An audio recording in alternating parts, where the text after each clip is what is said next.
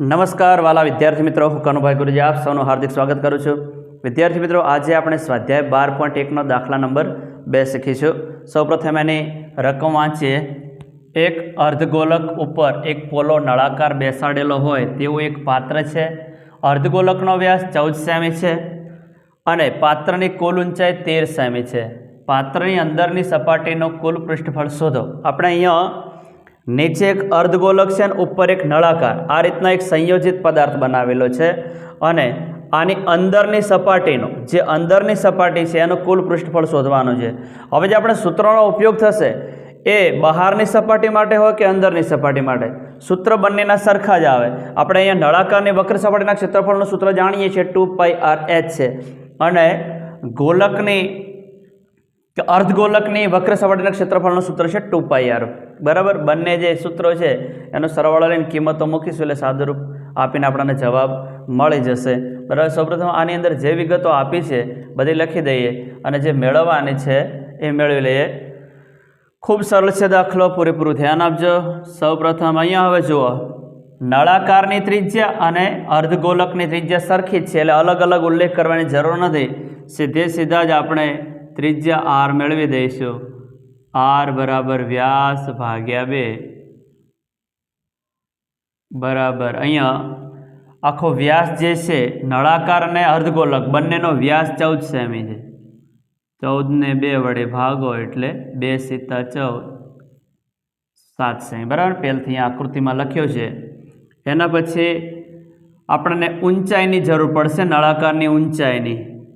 તો નળાકારની ઊંચાઈ આપણે h મેળવડે। હવે સમગ્ર પાત્ર છે એની લંબાઈ જે છે 13 સેમી છે, ટોટલ ઊંચાઈ 13 સેમી છે। તો 13 માંથી આટલી જે અર્ધગોલકની ત્રિજ્યા કહો કે ઊંચાઈ કહો, આ ત્રિજ્યા જ ઊંચાઈ થાય અર્ધગોલકની, એ આપણે બાદ કરી દઈશું એટલે આપણને નળાકારની ઊંચાઈ છે આટલી મળી જશે। 13 માંથી 7 કાઢો એટલે 6 આપણને મળી જશે।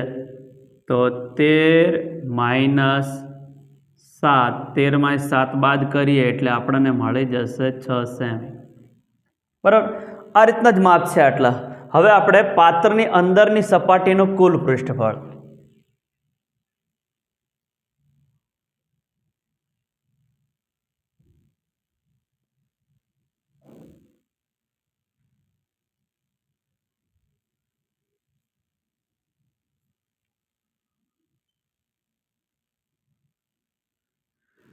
પાત્રની અંદરની સપાટીનું કુલ પૃષ્ઠફળ બરાબર નળાકારની વક્ર સપાટીનું ક્ષેત્રફળ।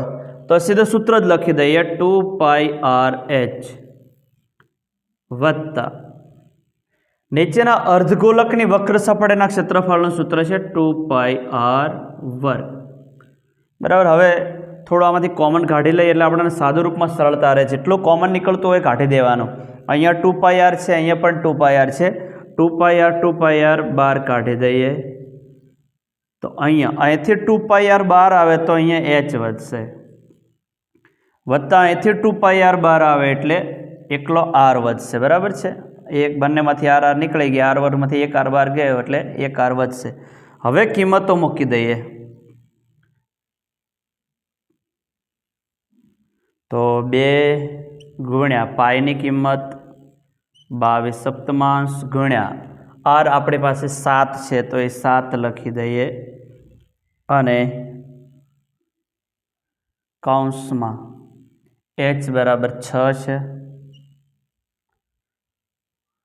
r બરાબર ફરી પાછા 7, બરાબર। આને હવે અંદર ગુણાકાર કૌંસમાં સરવાળો થઈ જશે। આ 7 ઉડે એવા છે, ઉપર નીચે ઉડાડી દઈએ, બરાબર। હવે 22 દુ 44 ગુણાકાર કરી દઈએ, 22 દુ 44 ને 6 × 7 13, અહીંયા કૌંસની અંદર સરવાળાનો સંબંધ છે, કૌંસનું સાદુરૂપ આ રીતે આપી દેવાનું। હવે 44 ગુણ્યા 13, 13 ચોક 52, 52 નો બગડો વધી આવી 5, 13 ચોક 52, 52 ને 5 57, 572 સેમી વર્ગ, બરાબર છે। તો આ દાખલો આ રીતે સરળતાથી ગણી શકાય, ખૂબ જ સરળ છે। અહીંયા સૂત્રો મૂકવાના, સરવાળાના સંબંધી સીધા કોમન કાઢી કિંમતો મૂકો, સાદુરૂપ આપો, જવાબ આવી જશે। વિદ્યાર્થી મિત્રો, હજુ તમે મારી ચેનલને સબસ્ક્રાઈબ ના કરી હોય તો સબસ્ક્રાઈબ કરી દેજો। Thank you very much. ખૂબ ખૂબ ધન્યવાદ. જય મા સરસ્વતી.